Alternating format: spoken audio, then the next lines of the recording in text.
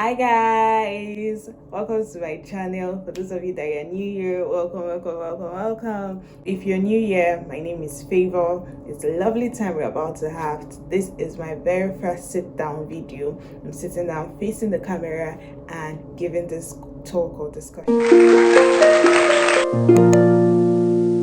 So as you can see from the title, today's topic is quite interesting and it's something I was conflicted about doing initially because I was thinking there are a lot of videos on it already, but I decided why not. This is my own experience and interesting and random facts that I've actually noticed about Glasgow, Scotland, in the United Kingdom. In case if you do not know, I'm currently running a master's program at the University of Glasgow, in Scotland in the United Kingdom.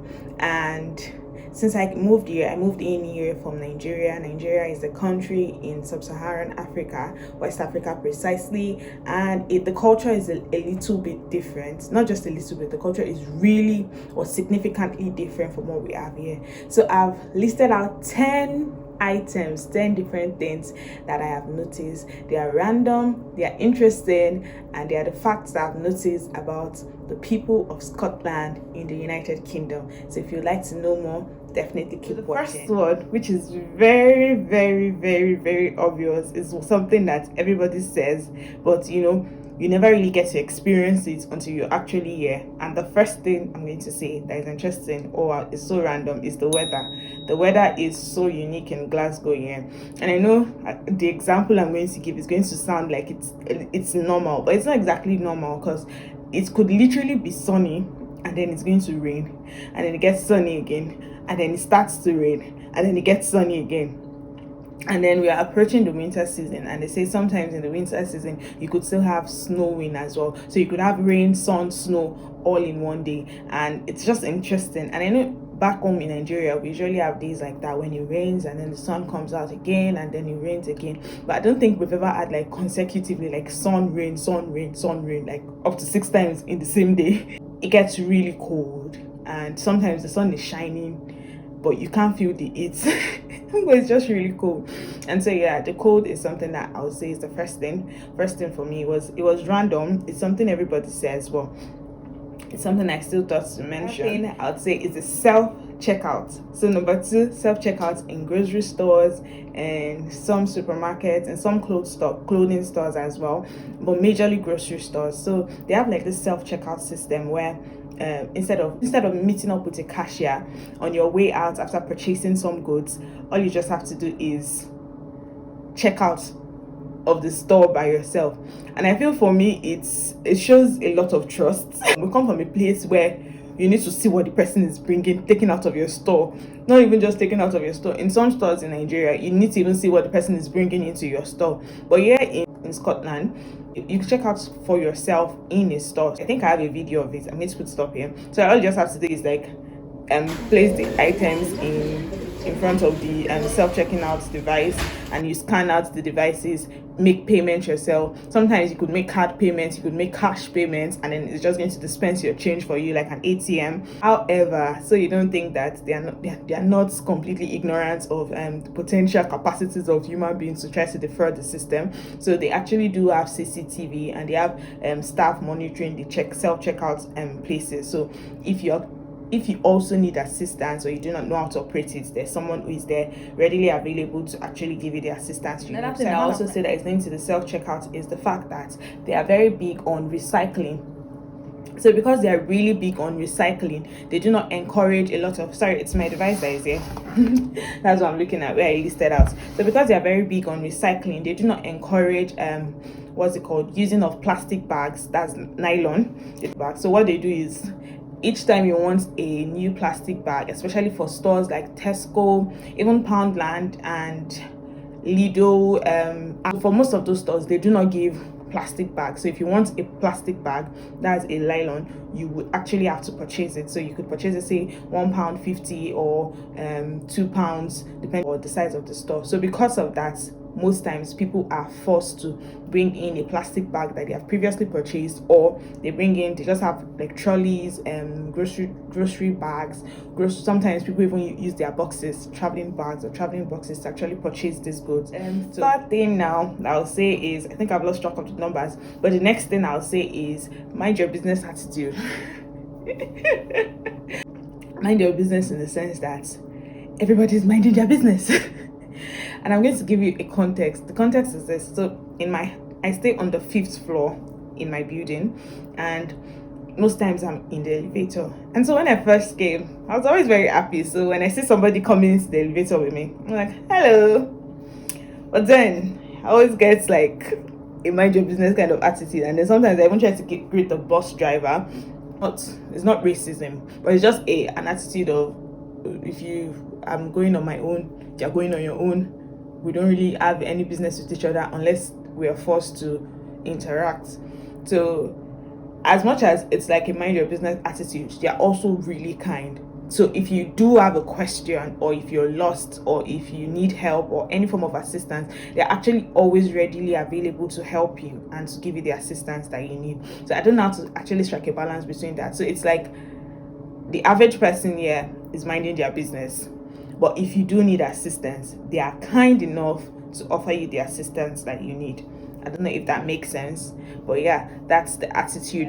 The next thing I'm going to say is the traffic light rules. They actually obey the traffic light rules, and that was a traffic that I witnessed. And if you see the space in between the first car or in between the cars, I'm like, this space is quality space in the city of Lagos. People don't leave spaces like this in Lagos. The cars are literally kissing each other.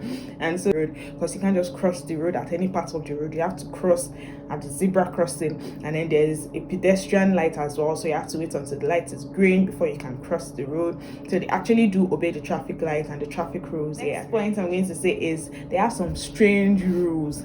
Okay, case in point, I wanted to prepare a pair of scissors, and I'm sure you must be wondering, what do you need scissors for? Well, if you watched my previous video, I'm going to insert the link up here.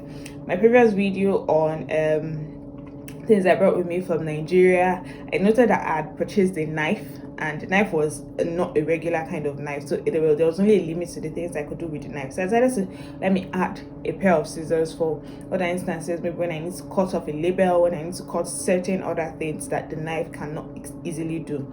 So I went to the store that day and I decided to purchase the scissors, and I was, to my greatest surprise, I was asked if I had an ID on me. So apparently you cannot purchase some items without having an ID. You cannot do certain things without getting an ID. So you almost always need an ID to do certain things. I found that interesting and strange. The next point I'm going to say is their recruitment process.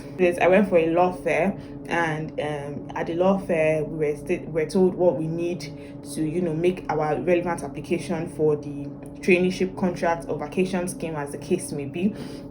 And one of the things that I noticed in their recruitment process is the kind of questions they ask. So they have this policy against discrimination, which every country allegedly has, but they're actually very intense and serious about it here. So on their recruitment process, they include certain questions. So I find those questions really interesting, because the whole essence of the question is we do not discriminate. But the way the questions are structured in such a way that it's almost as if they are set out to actually discriminate the person.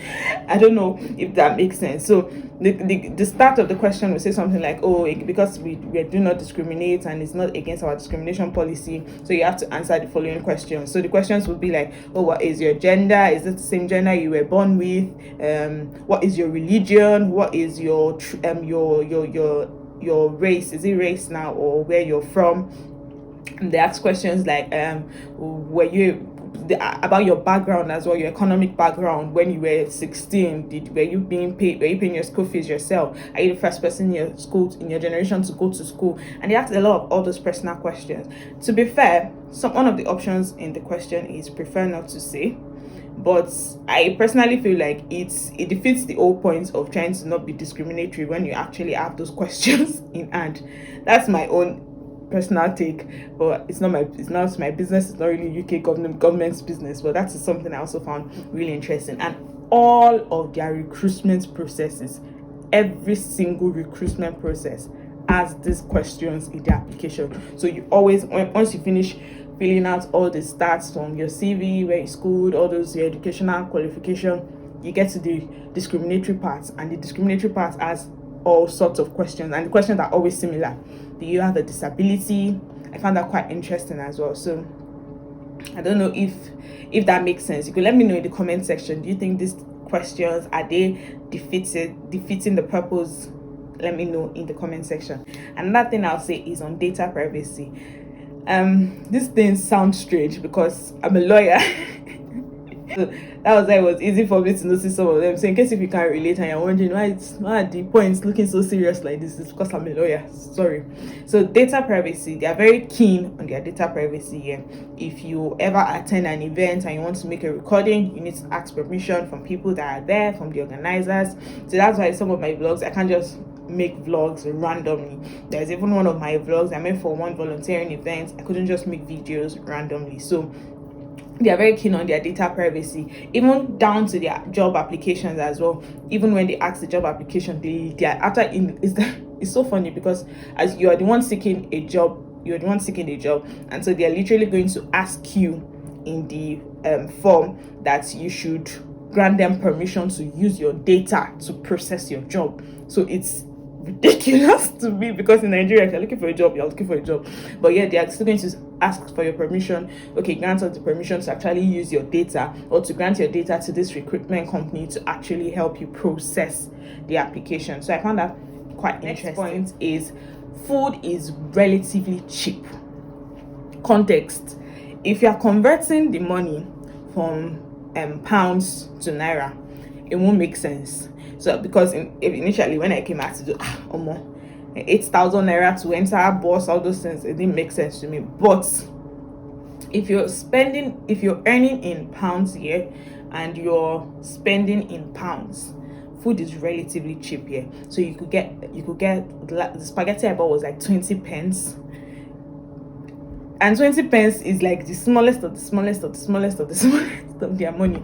So food is relatively cheap and affordable. So it's like the basic essentials of life here is relatively affordable. Case in point, in converting it to naira, it's not so affordable.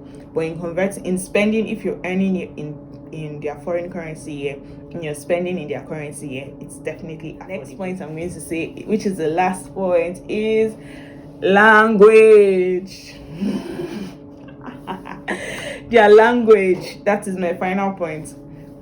Their language here, you know how they tell you that UK, United Kingdom, they speak English. I agree with that, but not all parts of United Kingdom. So in Scotland, yeah, they have their Scottish accents.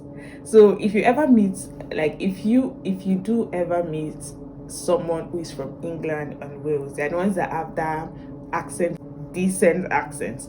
But in Scotland, yeah, their accent is, I cannot even, to tell you how bad the accent is, I cannot even, well, not bad, not bad, please, the Scottish government is not bad, but to tell you how interesting their accent is something that it's so difficult to understand. And it's funny because I'm not the only one who noticed this. Even English people who live here also like make jest of Scottish people. Other foreign students also say, Scottish people, you can't really place their accent. So Scottish people, their Scottish people's accent is not similar to the English people's accents that we see in movies. Scottish people's accent is more difficult to discern their words. So I really have to have stayed here for longer to actually understand what they are saying, and I can't place it now. Maybe I'll insert a clip for you to hear the way it sounds. So their accent is really different, and so I think it makes it overall interesting. So you're battling with English people's accents, you're also battling with other foreign people's accents. I have my own accents. Come to the end of this video. What did you learn? Is there anything new that you think I should have mentioned that I did not mention? Is there something that is quite interesting about Scotland that you know that I did not mention? What interesting thing do you know about the city that you live in? Please let me know in the comment section. I will definitely interact with you, and remember to like this video, comments, leave a comment, subscribe to my channel if you haven't, and I'll see you in the next one. Until next time, stay blessed, stay rooted in God, stay rooted and grounded in the faith, and yeah, bye guys. Well, for those of you that are new here, if you're what new, 1, 2, 3, go.